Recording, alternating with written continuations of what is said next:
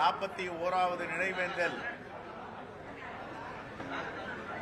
அவருக்கு மலரஞ்சலி செலுத்தி புகழஞ்சலி செலுத்தி இருக்கிறோம்.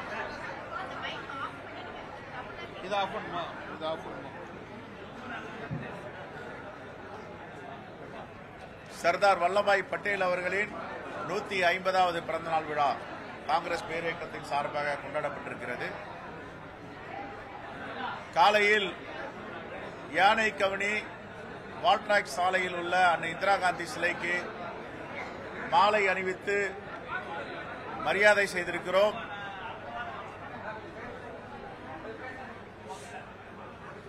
அங்கே காலங்காலமாக சிமெண்ட் சிலை வைக்கப்பட்டு இருக்கிறது. அந்த சிமெண்ட் சாலையை எடுத்துவிட்டு வெங்கல சிலை 6 அடி உயரமுள்ள வெங்கல சிலையை தமிழ்நாடு காங்கிரஸ் கமிட்டியின் சார்பாக திரு சொர்ணா சேதராமன் அவர்கள் நிறுவுவதாக இன்று அறிவித்திருக்கிறார். காங்கிரஸ் பேர் இயக்கத்தின் சார்பாக அவருக்கு பாராட்டுக்கள், வாழ்த்துக்கள், நன்றியை தெரிவித்துக் கொள்கிறோம். இன்னைக்கு நம்முடைய சர்தார் வல்லபாய் பட்டேல் இரும்பு மனிதர், இந்தியாவின் முகமாக இருந்தவர், காங்கிரஸ் பேர் இயக்கத்தின் மாபெரும் தலைவர். அவருடைய 150வது பிறந்தநாள் விழா எல்லோரையும் பெருமைப்படுத்தியவர். சமஸ்தானங்களை எல்லாம் ஒருங்கிணைத்து இந்த தேசத்தை வலிமையான நாடாக கட்டமைத்தவர். ஆனால் பிரதமர் அவர்கள் பீகார் பரப்புரையில் பீகார் மக்களை தமிழர்கள் துன்புறுத்துகிறார்கள் என்று சொல்லியிருக்கிறார். காங்கிரஸ் பேரியக்கம் வன்மையாக கண்டிக்கிறது. வாக்கு வங்கிக்காக, ஓட்டு வேட்டைக்காக ஒரு உச்சபட்ச பதவியில் இருக்கின்ற பிரதமர் தமிழர்களை இப்படி கொச்சைப்படுத்தலாமா, தமிழ் மண்ணை இப்படி கேவலப்படுத்தலாமா என்று நாங்கள் கேள்வியை முன்வைக்கிறோம். பிரதமர் இதற்கு பதிலளிப்பாரா?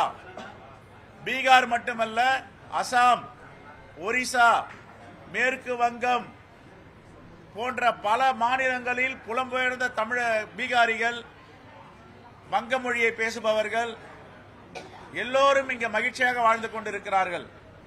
இன்று கூட காலையில ஒரு காணொலியில பீகாரியெல்லாம் நாங்கள் தமிழை நன்றாக கற்றுக்கொண்டிருக்கிறோம், தமிழர்களாக மாறி இருக்கிறோம், தமிழ்நாடு எங்களுக்கு பிடித்திருக்கிறது, பீகாரில் எங்களுக்கு வேலை வாய்ப்பு இல்லை என்று தான் தமிழ்நாட்டை நோக்கி வருகிறோம், தமிழ்நாடு மண்ணுதான் எங்களுக்கு சோறு போடுகிறது என்று பல பதிவுகளை பதிவிட்டிருக்கிறார்கள்.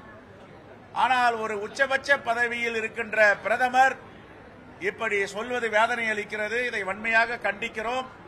தமிழர்களையும் தமிழ் மண்ணையும் இப்படி அவர் மோசமான நிலையில் விமர்சித்திருக்கிறார். இதை காங்கிரஸ் பேரியக்கம் வன்மையாக கண்டிக்கிறது. அவர் சொன்ன சொல்லை திரும்ப பெற வேண்டும். பீகாரிகள் எல்லாம் மகிழ்ச்சியாக இருக்கிறார்கள். எல்லா பீகார் மக்களையும் நீங்கள் நேரடியாக சென்று விசாரித்தால் தமிழ்நாட்டில் எவ்வளவு மகிழ்ச்சியாக அவர்கள் வாழ்கிறார்கள். இங்கிருந்து சம்பாதித்து நாங்கள் பீகாருக்கு எங்கள் தாய் தந்தையை, பீகாரில் உள்ளவர்களை காப்பாற்றுகிறோம் என்று பேட்டியளித்திருக்கிறார்கள். இதையெல்லாம் பார்க்க வேண்டும். இப்படி வாக்கு வங்கிக்காக இப்படிப்பட்ட உண்மைக்கு புறம்பான செய்தியை பேசுவதை பிரதமர் தவிர்க்க வேண்டும். அவர் பேசுவதால் தமிழ்நாட்டு மக்களை கேவலப்படுத்தியிருக்கிறார், கொச்சைப்படுத்தியிருக்கிறார். தமிழ்நாட்டில் எல்லோருக்கும் தெரியும், என்னோட தொகுதியில திருப்பெரும்புதூர்ல 1 லட்சம் பேருக்கு மேல புலம்பெயர்ந்த தொழிலாளர்கள் வேலை பார்க்கறாங்க. எல்லாம் மகிழ்ச்சியா இருக்காங்க, எல்லோரும் தமிழ் பேசுறாங்க, தமிழ்நாட்டை விட்டு போக மாட்டேன்றாங்க. அப்ப 5 ஆண்டுகளா நிதிஷ்குமாரும் பாஜகவும் சேர்ந்து பீகார்ல நீங்க ஆட்சி செஞ்சிட்டு இருக்கீங்க. அங்க இவங்களுக்கு வேலை வாய்ப்பு கொடுத்திருந்தா, நல்லாட்சி நடந்தா தமிழ்நாட்டுக்கு ஏன் பீகாரிகள் வருகிறார்கள் என்ற கேள்வியை அனைவரும் கேட்கிறார்கள். அங்க வேலை வாய்ப்பு கிடையாது, உழைப்புக்கேற்ற ஊதியம் கிடையாது. ஆகையால் தமிழ்நாட்டுக்கு படையெடுத்து வருகிறார்கள். வந்தாரை வாழ வைக்கும் தமிழகம், தமிழ் மண்ணில் அவர்கள் மகிழ்ச்சியாக இருக்கிறார்கள். குறைந்தபட்சம் இதை கூட தெரிந்து கொள்ளாமல் தேர்தலுக்காக, வாக்கு வங்கிக்காக இப்படி பேசுவது அருவருப்பாக தோன்றுகிறது. இதையெல்லாம் தவிர்க்க வேண்டும். பீகார்ல பிரதமர் மோடி பேசும்போது நேரடியா திமுக கொடுக்குறாங்க அப்படின்ற ஒரு விமர்சனத்தை முன் வச்சிருந்தாரு. அது இந்தியா கூட்டணிக்கான ஒரு விமர்சனமா அந்த தேர்தல் பிரச்சாரத்தில் பண்ணார். திமுக என்ன தமிழர்கள் தான், தமிழ்நாடு தான், தமிழ் மண்ணு தான். அவர் எதை சொல்ல வராரு? தேர்தலில் ஏதாவது ஆதாயம் கிடைக்குமா, திசை திருப்ப முடியுமா, ஆதாயம் அடைய முடியுமா? அப்ப பீகார்ல வசிக்கிறவங்களாம் தெரியாதா? பீகார்ல அவங்க குழந்தைங்களாம் வேலை பார்க்கறாங்க, அவங்க குடும்பத்தை சார்ந்தவங்க வேலை பார்க்கறாங்க. இங்க இருந்து சம்பாதித்தானே அவங்க தாய் தந்தையை காப்பாத்துறாங்க. இப்ப எங்க கூட பாத்தீங்கன்னா என் நண்பருடைய நிறுவனத்தெல்லாம் பீகாரிகள் வேலை பார்க்கறாங்க, நல்லா தமிழ் பேசுறாங்க. சொல்றாங்க, சார் எங்க ஊர்ல வேலை கிடையாது, நாங்க தமிழ்நாட்டில் வந்து பிழைக்கிறோம், எங்க தாய் தந்தையை காப்பாத்துறோம். பீகார்ல வேலை வாய்ப்பே கிடையாது.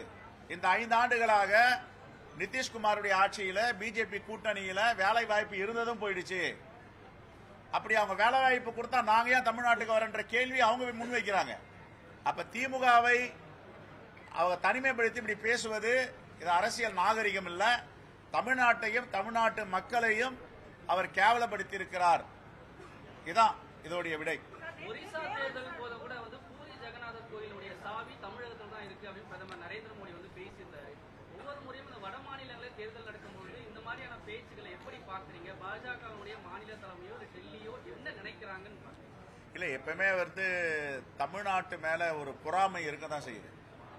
தமிழ்நாட்டுடைய கலை, கலாச்சாரம், இலக்கியம், இலக்கணம், பண்பாடு, கீழடி அகழ்வாராய்ச்சி, ஆதிச்சநல்லூர் அகழ்வாராய்ச்சி, இதெல்லாம் அவங்களுடைய கண்ணை உறுத்துது. ஆகையால் தான் இங்க இருக்கிற தொல்லியல் நிபுணர் அருமை ராமகிருஷ்ணன் அவர்கள் கொடுத்த அந்த ரிப்போர்ட்டை வந்து இவர்கள் மாற்றி எழுதணும்னு முயற்சி பண்ணாங்க.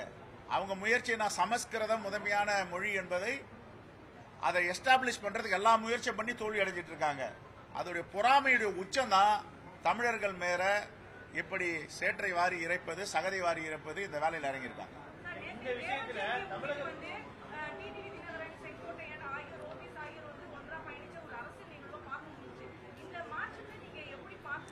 ஒற்றுமையா இருந்தாங்களா மகிழ்ச்சி தான். 3 பேரும் ஒற்றுமையா இருந்தா தமிழ்நாட்டுக்கு தான் செய்யட்டும்.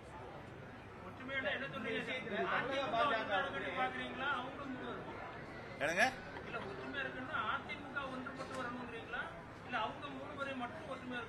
அதிமுகவில் தான் ஒட்டுமில்லை உறவும் இல்லைன்னு டிடிவி சொல்லிட்டாரு. என்டிஏ கூட்டணியில வெளியே வந்துட்டாரு. இப்ப 3 பேரும் அணிஞ்சிருக்காங்கன்னா அவங்க 3 பேருக்கு தான் வாழ்த்து சொல்றோம். காங்கிரஸ் பேர் இயக்கத்தின் சார்பாக 3 பேருக்கும் வாழ்த்துக்கள். ஒற்றுமையா இருந்து தமிழ்நாட்டுக்கு நல்லா செய்யட்டும்.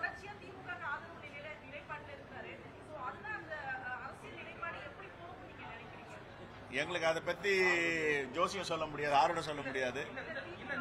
இந்த மாதிரி ஒரு வழி வந்து மாறி மாறி போறதுனால உங்களுடைய இந்திய கூட்டணிக்கு, உங்க இந்தியா கூட்டணிக்கான வெற்றி வாய்ப்புக்கு தனி வழி உருவாக்கப்படும் நினைக்கிறீங்களா?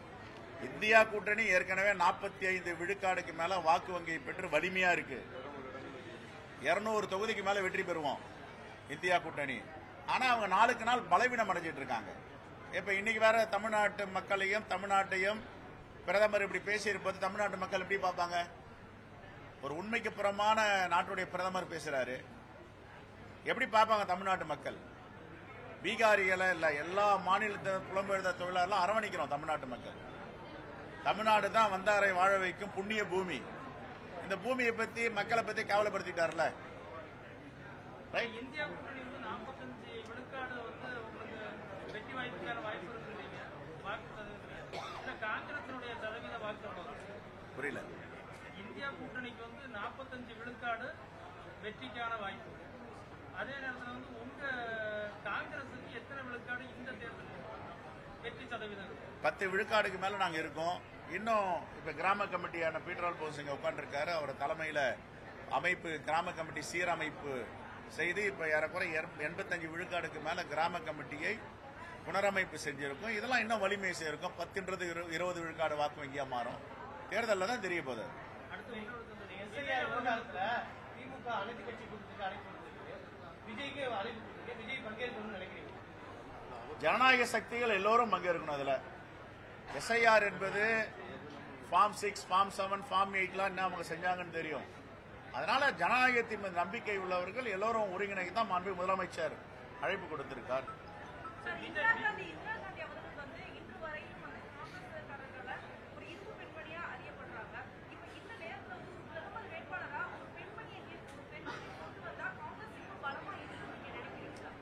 அது எங்க அகில இந்திய தலைமை முடிவு செய்யும்.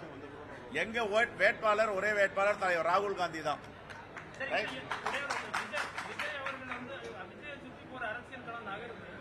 இப்ப விஜய் அவர்கள் கட்சியில இருந்து நேற்று என்ன சொல்லிருக்காங்கன்னா, எங்களுடைய முடிவில் மாற்றம் இல்லை, அதான் நாங்க ஒரு மாசத்துக்கு முன்னாடி எப்படி இருந்தோமோ தனித்து போட்டி அப்படிங்கிறத அவங்க திரும்பவும் தெளிவுபடுத்துறாங்க. இது பற்றி நீங்க என்ன ஒரு அரசியல் பார்வையாளர் என்ன நினைக்கிறீங்க? ஒரு அரசியல் பார்வையா அது அவருடைய கட்சி, அவருடைய இயக்கம், அவர் தான் முடிவு பண்ணணும். அவருக்கு முடிவு எடுக்க எல்லா சுதந்திரமும் உண்டு. அவர் எந்த முடிவு வேணாலும் எடுக்கலாம். Right, thank you.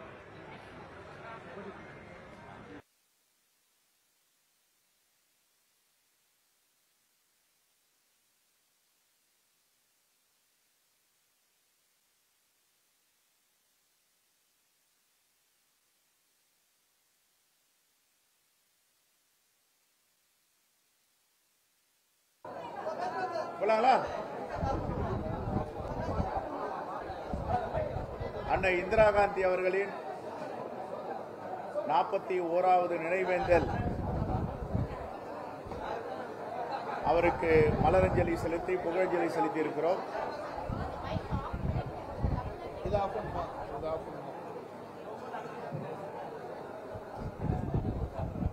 சர்தார் வல்லபாய் பட்டேல் அவர்களின் 150வது பிறந்தநாள் விழா காங்கிரஸ் பேரியக்கத்தின் சார்பாக கொண்டாடப்பட்டிருக்கிறது. காலையில் யானை கவனி வால்ட்ராக் சாலையில் உள்ள அன்னை இந்திரா காந்தி சிலைக்கு மாலை அணிவித்து மரியாதை செய்திருக்கிறோம்.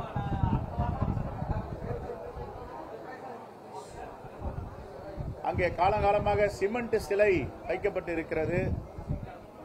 அந்த சிமெண்ட் சாலையை எடுத்துவிட்டு வெங்கல சிலை 6 அடி உயரமுள்ள வெங்கல சிலையை தமிழ்நாடு காங்கிரஸ் கமிட்டியின் சார்பாக திரு சொர்ணா சேதுராமன் அவர்கள் நிறுவுவதாக இன்று அறிவித்திருக்கிறார். காங்கிரஸ் பேரியக்கத்தின் சார்பாக அவருக்கு பாராட்டுக்கள், வாழ்த்துக்கள், நன்றியை தெரிவித்துக் கொள்கிறோம். இன்னைக்கு நம்முடைய சர்தார் வல்லபாய் பட்டேல் இரும்பு மனிதர், இந்தியாவின் முகமாக இருந்தவர், காங்கிரஸ் பேரியக்கத்தின் மாபெரும் தலைவர். அவருடைய 150வது பிறந்தநாள் விழா. எல்லோரையும் பெருமைப்படுத்தியவர். சமஸ்தானங்களை எல்லாம் ஒருங்கிணைத்து இந்த தேசத்தை வலிமையான நாடாக கட்டமைத்தவர். ஆனால் பிரதமர் அவர்கள் பீகார் பரப்புரையில் பீகார் மக்களை தமிழர்கள் துன்புறுத்துகிறார்கள் என்று சொல்லியிருக்கிறார். காங்கிரஸ் பேரியக்கம் வன்மையாக கண்டிக்கிறது. வாக்கு வங்கிக்காக, ஓட்டு வேட்டைக்காக ஒரு உச்சபட்ச பதவியில் இருக்கின்ற பிரதமர் தமிழர்களை இப்படி கொச்சைப்படுத்தலாமா, தமிழ் மண்ணை இப்படி கேவலப்படுத்தலாமா என்று நாங்கள் கேள்வியை முன்வைக்கிறோம். பிரதமர் இதற்கு பதிலளிப்பாரா? பீகார் மட்டுமல்ல, அசாம், ஒரிசா, மேற்கு வங்கம் போன்ற பல மாநிலங்களில் புலம்பெயர்ந்த பீகாரிகள், வங்க மொழியை பேசுபவர்கள் எல்லோரும் இங்க மகிழ்ச்சியாக வாழ்ந்து கொண்டிருக்கிறார்கள். இன்று கூட காலையில ஒரு காணொலியில பீகாரியெல்லாம் நாங்கள் தமிழை நன்றாக கற்றுக்கொண்டிருக்கிறோம், தமிழர்களாக மாறி இருக்கிறோம், தமிழ்நாடு எங்களுக்கு பிடித்திருக்கிறது, பீகாரில் எங்களுக்கு வேலை வாய்ப்பு இல்லை என்று தான் தமிழ்நாட்டை நோக்கி வருகிறோம், தமிழ்நாடு மண்ணுதான் எங்களுக்கு சோறு போடுகிறது என்று பல பதிவுகளை பதிவிட்டிருக்கிறார்கள். ஆனால் ஒரு உச்சபட்ச பதவியில் இருக்கின்ற பிரதமர் இப்படி சொல்வது வேதனை அளிக்கிறது. இதை வன்மையாக கண்டிக்கிறோம். தமிழர்களையும் தமிழ் மண்ணையும் இப்படி அவர் மோசமான நிலையில் விமர்சித்திருக்கிறார். இதை காங்கிரஸ் பேரியக்கம் வன்மையாக கண்டிக்கிறது. அவர் சொன்ன சொல்லை திரும்ப பெற வேண்டும். பீகாரிகள் எல்லாம் மகிழ்ச்சியாக இருக்கிறார்கள். எல்லா பீகார் மக்களையும் நீங்கள் நேரடியாக சென்று விசாரித்தால் தமிழ்நாட்டில் எவ்வளவு மகிழ்ச்சியாக அவர்கள் வாழ்கிறார்கள். இங்கிருந்து சம்பாதித்து நாங்கள் பீகாருக்கு எங்கள் தாய் தந்தையை, பீகாரில் உள்ளவர்களை காப்பாற்றுகிறோம் என்று பேட்டியளித்திருக்கிறார்கள். இதையெல்லாம் பார்க்க வேண்டும். இப்படி வாக்கு வங்கிக்காக இப்படிப்பட்ட உண்மைக்கு புறம்பான செய்தியை பேசுவதை பிரதமர் தவிர்க்க வேண்டும். அவர் பேசுவதால் தமிழ்நாட்டு மக்களை கேவலப்படுத்தியிருக்கிறார், கொச்சைப்படுத்தியிருக்கிறார். தமிழ்நாட்டில் எல்லோருக்கும் தெரியும், என்னோட தொகுதியில திருப்பெரும்புதூர்ல 1 லட்சம் பேருக்கு மேல புலம்பெயர்ந்த தொழிலாளர்கள் வேலை பார்க்கறாங்க. எல்லாம் மகிழ்ச்சியா இருக்காங்க, எல்லோரும் தமிழ் பேசுறாங்க, தமிழ்நாட்டை விட்டு போக மாட்டேன்றாங்க. அப்ப 5 ஆண்டுகளா நிதிஷ்குமாரும் பாஜகவும் சேர்ந்து பீகார்ல நீங்க ஆட்சி அமைச்சு ஆட்சி செஞ்சிட்டு இருக்கீங்க. அங்க இவங்களுக்கு வேலை வாய்ப்பு கொடுத்திருந்தா, நல்லாட்சி நடந்தா, தமிழ்நாட்டுக்கு ஏன் பீகாரிகள் வருகிறார்கள் என்ற கேள்வியை அனைவரும் கேட்கிறார்கள். அங்க வேலை வாய்ப்பு கிடையாது, உழைப்புக்கேற்ற ஊதியம் கிடையாது. ஆகையால் தமிழ்நாட்டுக்கு படையெடுத்து வருகிறார்கள். வந்தாரை வாழ வைக்கும் தமிழகம், தமிழ் மண்ணில் அவர்கள் மகிழ்ச்சியாக இருக்கிறார்கள். குறைந்தபட்சம் இதை கூட தெரிந்து கொள்ளாமல் தேர்தலுக்காக, வாக்கு வங்கிக்காக இப்படி பேசுவது அருவருப்பாக தோன்றுகிறது. இதையெல்லாம் தவிர்க்க வேண்டும். பீகார்ல பிரதமர் மோடி பேசும்போது நேரடியா திமுக சொல்றாங்க அப்படின்ற ஒரு விமர்சனத்தை முன் வச்சிருந்தாரு. அது இந்தியா கூட்டணிக்கான ஒரு விமர்சனமா திமுக என்ன தமிழர்கள் தான், தமிழ்நாடு தான், தமிழ் மண்ணு தான். அவர் எதை சொல்ல வராரு? தேர்தலில் ஏதாவது ஆதாயம் கிடைக்குமா, திசை திருப்ப முடியுமா, ஆதாயம் அடைய முடியுமா? அப்ப பீகார்ல வசிக்கிறவங்க தெரியாதா? பீகார்ல அவங்க குழந்தைங்க எல்லாம் வேலை பார்க்கறாங்க, அவங்க குடும்பத்தை சார்ந்த வேலை பார்க்கறாங்க. இங்க இருந்து சம்பாதித்தானே அவங்க தாய் தந்தையை காப்பாத்துறாங்க. இப்ப எங்க கூட பாத்தீங்கன்னா எங்க நண்பருடைய நிறுவனத்தெல்லாம் பீகாரிகள் வேலை பார்க்கறாங்க. நல்லா தமிழ் பேசுறாங்க, சொல்றாங்க சார் எங்க ஊர்ல வேலை கிடையாது, நாங்க தமிழ்நாட்டில் வந்து பிழைக்கிறோம், எங்க தாய் தந்தையை காப்பாத்துறோம். பீகார்ல வேலை வாய்ப்பே கிடையாது. இந்த 5 ஆண்டுகளாக நிதிஷ்குமாருடைய ஆட்சியில பிஜேபி கூட்டணியில வேலை வாய்ப்பு இருந்ததும் போயிடுச்சு. அப்படி அவங்க வேலை வாய்ப்பு கொடுத்தா நாங்க ஏன் தமிழ்நாட்டுக்கு வரன்ற கேள்வி அவங்க முன்வைக்கிறாங்க. அப்ப திமுகவை அவங்க தனிமைப்படுத்தி இப்படி பேசுவது இது அரசியல் நாகரிகம் இல்ல. தமிழ்நாட்டையும் தமிழ்நாட்டு மக்களையும் அவர் கேவலப்படுத்தி இருக்கிறார். இதான் இதோடைய விடை. ஒரிசா தேர்தல் போது கூட வந்து பூரி ஜெகநாதர் கோயிலுடைய சாவி தமிழகத்தில் தான் இருக்கு அப்படின்னு பிரதமர் நரேந்திர மோடி வந்து பேசியிருந்தாரு. ஒவ்வொரு முறையும் இந்த வட மாநிலங்களில் தேர்தல் நடக்கும்போது இந்த மாதிரியான பேச்சுக்களை எப்படி பாக்குறீங்க? பாஜகவுடைய மாநில தலைமையோ டெல்லியோ என்ன நினைக்கிறாங்கன்னு? இல்ல, எப்பவுமே வந்து தமிழ்நாட்டு மேல ஒரு பொறாமை இருக்கதான் செய்யுது. தமிழ்நாட்டுடைய கலை, கலாச்சாரம், இலக்கியம், இலக்கணம், பண்பாடு, கீழடி அகழ்வாராய்ச்சி, ஆதிச்சநல்லூர் அகழ்வாராய்ச்சி, இதெல்லாம் அவங்களுடைய கண்ணை உறுத்துது. ஆகையால் தான் இங்க இருக்கிற தொல்லியல் நிபுணர் ராமகிருஷ்ணன் அவர்கள் கொடுத்த அந்த ரிப்போர்ட்டை வந்து இவர்கள் மாற்றி எழுதணும்னு முயற்சி பண்ணாங்க. அவங்க முயற்சி சமஸ்கிருதம் முதன்மையான மொழி என்பதை அதை எஸ்டாப்ளிஷ் பண்றதுக்கு எல்லா முயற்சியும் பண்ணி தோல்வி அடைஞ்சிட்டு இருக்காங்க. அதோடைய பொறாமையுடைய உச்சம் தான் தமிழர்கள் மேல இப்படி சேற்றை வாரி இறைப்பது, சகதை வாரி இறைப்பது, இந்த வேலையில் இறங்கியிருக்காங்க. இந்த விஷயத்துல தமிழக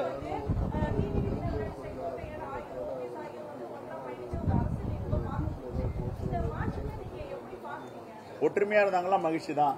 3 பேரும் ஒற்றுமையா இருந்து தமிழ்நாட்டுக்கு தான் செய்யட்டும்.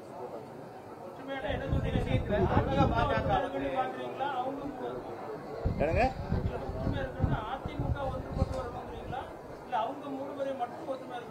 அதிமுக தான் ஒட்டுமில்லை உறவும் இல்லைன்னு டிடிவி சொல்லிட்டாரு. என்டிஏ கூட்டணியில வெளியே வந்துட்டாரு. இப்ப அவங்க 3 பேரும் அணிஞ்சிருக்காங்கன்னா அவங்க 3 பேருக்கு தான் வாழ்த்து சொல்றோம். காங்கிரஸ் பேர் இயக்கத்தின் சார்பாக 3 பேருக்கும் வாழ்த்துக்கள். ஒற்றுமையா இருந்து தமிழ்நாட்டுக்கு நல்ல செய்யணும்.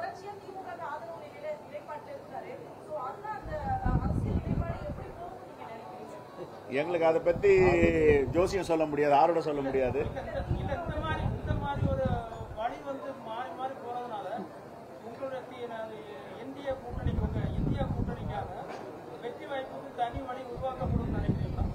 இந்தியா கூட்டணி ஏற்கனவே 45 விழுக்காடுக்கு மேல வாக்கு வங்கியை பெற்று வலிமையா இருக்கு. 200 தொகுதிக்கு மேல வெற்றி பெறுவோம் இந்தியா கூட்டணி. ஆனா அவங்க நாளுக்கு நாள் பலவீனம் அடைஞ்சிட்டு இருக்காங்க. இப்ப இன்னைக்கு வேற தமிழ்நாட்டு மக்களையும் தமிழ்நாட்டையும் பிரதமர் இப்படி பேசி இருப்பது தமிழ்நாட்டு மக்கள் எப்படி பார்ப்பாங்க? ஒரு உண்மைக்கு புறமான நாட்டுடைய பிரதமர் பேசுறாரு, எப்படி பார்ப்பாங்க தமிழ்நாட்டு மக்கள்? பீகாரிகளை இல்ல, எல்லா மாநிலத்தை புலம்பெயர்ந்த தொழிலாளர்களும் அரவணைக்கிறோம் தமிழ்நாட்டு மக்கள். தமிழ்நாடு தான் வந்தாரை வாழ வைக்கும் புண்ணிய பூமி. இந்த பூமியை பத்தி, மக்களை பத்தி கவலைப்படுத்திட்டார்ல. ரைட்.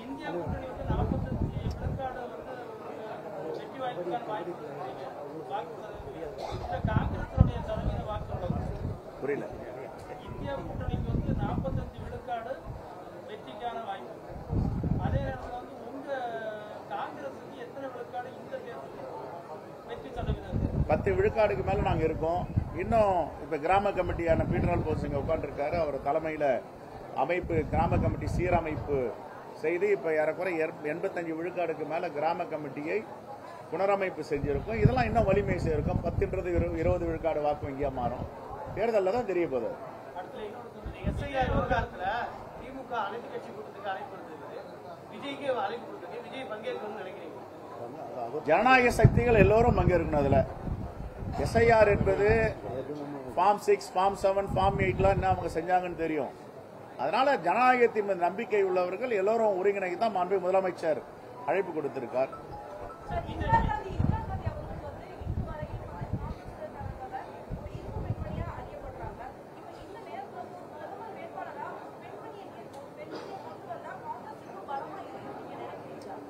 அது எங்க அகில இந்திய தலைமை முடிவு சார். எங்க வேட்பாளர் ஒரே வேட்பாளர் தலைவர் ராகுல் காந்தி தான். ரைட்.